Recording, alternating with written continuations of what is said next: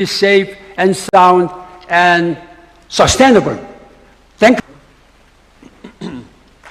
Thank you very much, Secretary General. Let's take our seats. I am not quite sure, Your Excellency Ban Ki-moon, that you were not prepared to speak. I think you have spoken better than even those who had wanted to speak. And thank you very much for your comments and the passion you demonstrate on matters climate change. Your Excellency Ban Ki-moon, 8th Secretary General of the United Nations and Honorary Chair of the Global Center on Adaptation. Professor Patrick Vakoyen, President and CEO of the Global Center on Adaptation. Distinguished guests, ladies and gentlemen, Kenya, like many African countries, is experiencing the harsh realities of climate change, as has been very ably spoken to by our former Secretary General. From prolonged rains, prolonged droughts, to devastating floods and unpredictable weather patterns, our communities and ecosystems are under to respond effectively. It is therefore my privilege and honor to join you this afternoon for the groundbreaking ceremony for establishing the Global Center on Adaptation dual headquarters here at the Kenya School of Government. This occasion symbolizes a new chapter in Africa's response to the escalating climate crisis. The establishment of this center is timely. It is also strategic and visionary. It will serve as a regional platform for policy dialogue, cutting-edge research, and capacity building to accelerate climate adaptation at all levels of governance. As a country, we remain deeply committed. This center is also aligned with Kenya's national priorities, including the Climate Change Act, the National Climate Change Action Plan, and the aspirations under our Vision 2030. Ladies and gentlemen, the Global Center on Adaptation will be a hub of adaptation, innovation, public service training, and policy support. It will bring together researchers, practitioners, policymakers, and development actors to design and deliver practical, scalable solutions on matters adaptation. Most importantly, it will help strengthen institutional resilience, particularly at the devolved levels of government through specialized training and also through technical support. Through this collaboration, we aim to place climate adaptation at the heart of public service training, performance management, and leadership development. This will ultimately support institutional re-engineering for climate-responsive governance. As a country, we reaffirm our long-term commitment to supporting this initiative. I remember when I visited the floating office in Rotterdam, and I did make a commitment on the behalf of the people and government of Kenya, and in my very strong belief that we have solutions that we can offer.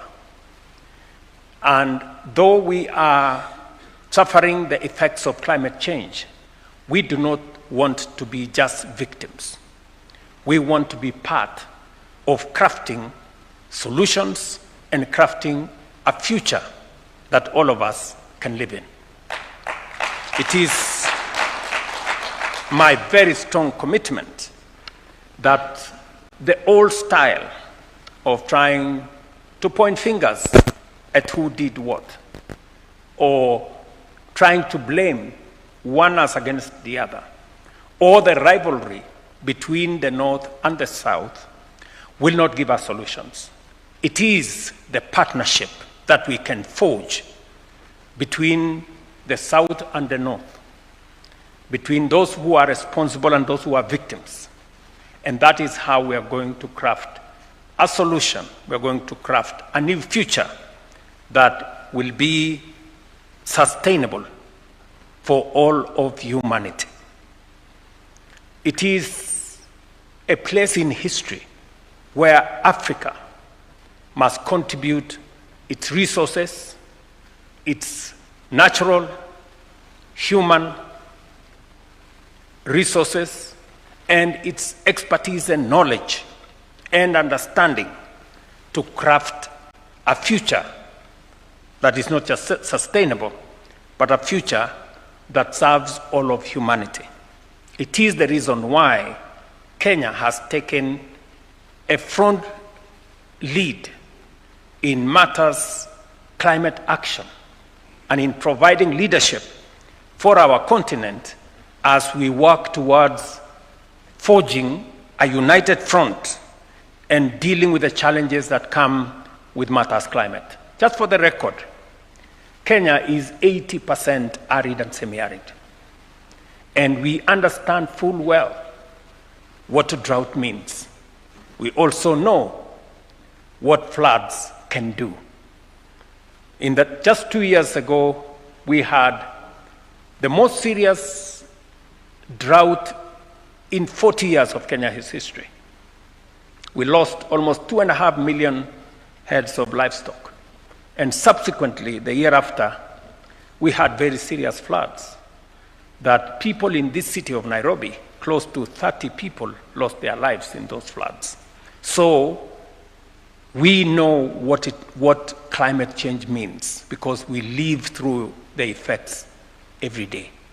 And I agree with Ban Ki-moon that there are world leaders, there are senior policymakers that are yet to come to terms with the realities of climate change. But that doesn't mean that we cannot forge a future together. It is our responsibility, and Ban Ki-moon said he's not a scientist. I am a scientist, and so I can speak to this subject with greater authority. And I want to persuade those who still second guess the effects of climate change that we are living a reality. Climate change is real. The effects it's having on our climate are real. Floods, we just recently saw floods in the US, devastating floods. In the US, they are on our screens. We are seeing effects of climate change in different parts of the world. And you see, the effects of climate change are democratic. They don't affect any part of the continent more than the other. We share almost equally in the effects of climate change, and therefore we must forge the way forward and the solutions for it together, because none of us is safe. And therefore, through this collaboration, we aim to place climate adaptation at the heart of public service, as I said. And as a country, we reaffirm our long-term commitment to supporting this initiative. We shall closely work with the Global Center on Adaptation to align national policies and facilitate interagency collaboration. To our partners, I urge you to embrace the opportunities presented by this center. Let us work together to embed climate resilience into our operational plans, policies, and development frameworks to strengthen climate-smart planning and service delivery. To our development partners and the private sector, your expertise and support remain vital. We invite you to collaborate with the Center in scaling innovation, sharing knowledge, and creating solutions that serve not just Kenya or our continent, but our global audience. I wish to thank all the stakeholders. I know many people worked long hours to be able to put this successful groundbreaking ceremony today. Many staff,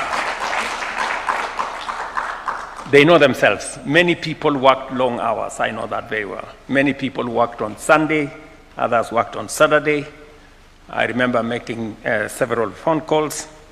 I apologize for disturbing your weekends, but it was necessary because this climate crisis is real.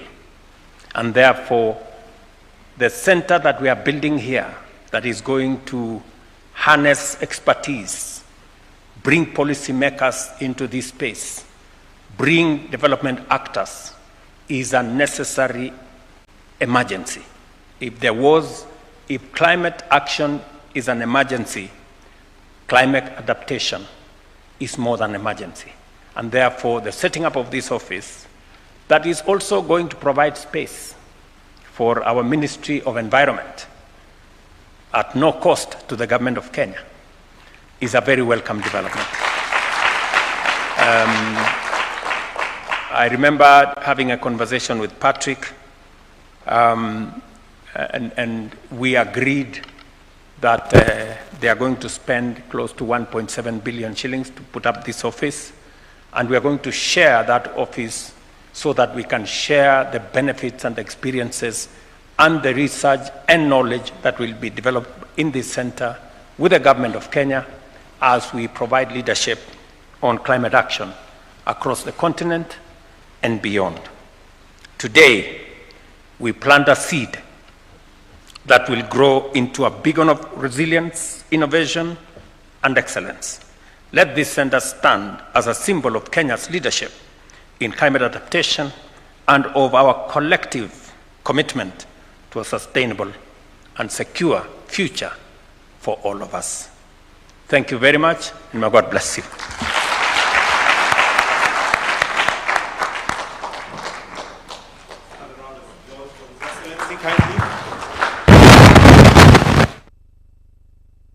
With that, Your Excellency, I seek your indulgence for a quick photo opportunity. Please, let's take our seats. Kindly, let's take our seats. Allow me to invite the following to join His Excellency for a photo. His Excellency Macky Sall, His Excellency Ban Ki-moon.